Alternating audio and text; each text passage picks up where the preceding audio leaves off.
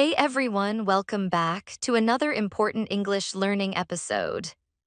So, have you ever been in a conversation where you knew what you wanted to say, but the words just didn't come out right? Yeah, me too. It happens to everyone. Today, we're going to talk about how to have better conversations in English. Real conversations. The kind you have with friends, at work, or when you meet new people. Okay, let's jump in. And tell stories, don't just state facts. Here's the thing, when you tell a story, people actually listen. Let me show you what I mean. You could say time management is important. Okay, true, but boring, right? Now try this. Last week I had a huge project at work. I was stressed. So I made a list focused on the important stuff first, and guess what? I finished everything on time. See the difference? The second one is interesting, it's real. So here's my advice, share your experiences. Don't just tell people facts, tell them what happened to you. Use better words, but keep it natural. You don't need fancy words all the time, but sometimes changing one word makes you sound more natural. Instead of I'm very happy, right arrow say I'm thrilled. Instead of it's hard, right arrow say it's challenging. A small changes, big difference. How to disagree nicely. This one's super important. When you disagree with someone, don't just say no, you're wrong. That's rude.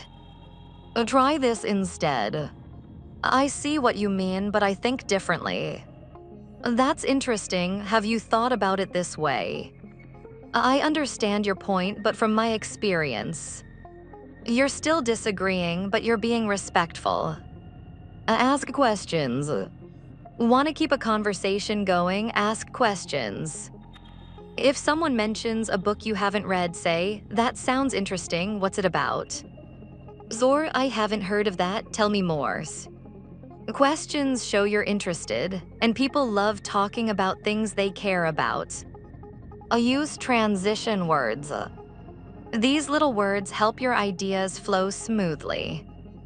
Speaking of that, that reminds me. By the way, for example, speaking of travel, I tried this amazing restaurant in Bangkok. Asia smooth.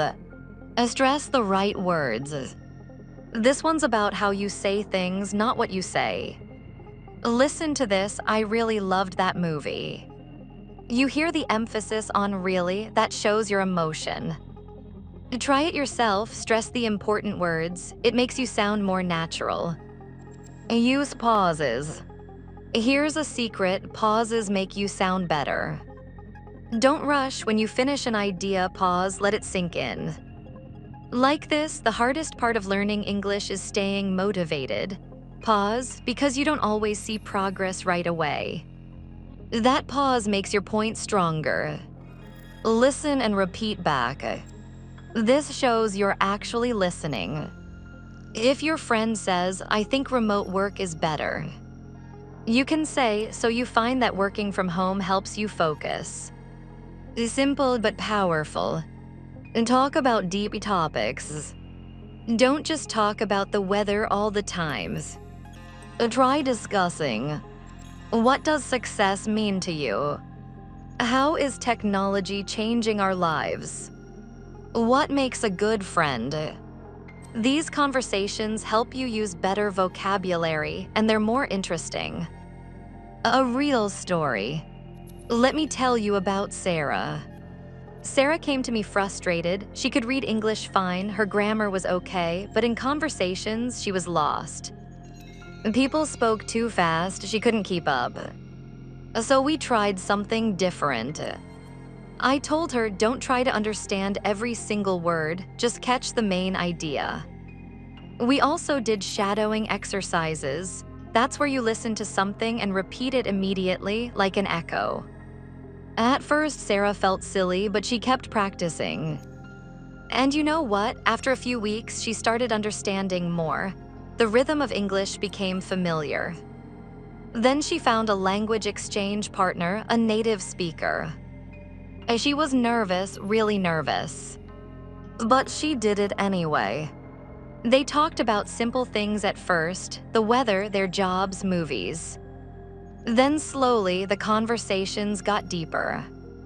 Sarah started using phrases she learned from podcasts. She stopped translating in her head, she just spoke. 3 months later, Sarah was leading meetings at work, in English, confidently. Her colleagues couldn't believe the change. What made the difference? She practiced every day, she stopped being afraid of mistakes, and she had real conversations with real people. Techniques that actually work. Let me give you some specific tips you can use today. Use I think less often. Instead of always saying I think, try. In my opinion, from my experience, of the way I see it, make your statements softer. Don't say this will definitely happen. Say this will probably happen or there's a good chance this could happen. It sounds more natural. Native speakers do this all the time. Handle interruptions calmly. Someone cuts you off, don't get frustrated. Just say, hold on, let me finish this thought, or I'll get to that in a second. Connect your ideas. Use words like, because of this, as a result, that's why. Example, because I practiced every day, my speaking improved.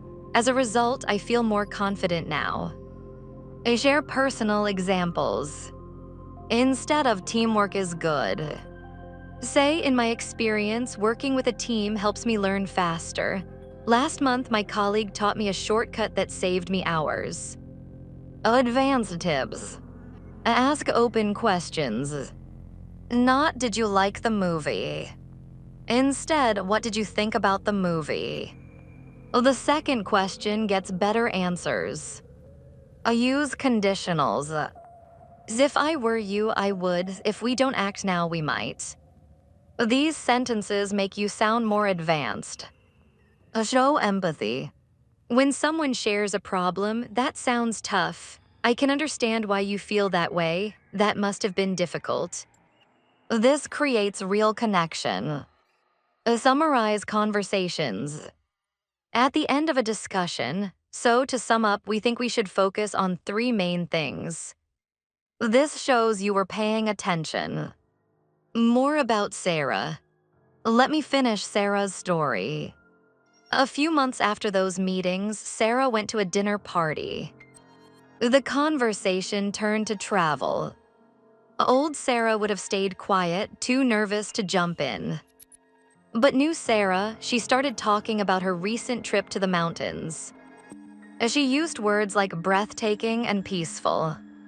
And here's the amazing part, she wasn't translating anymore.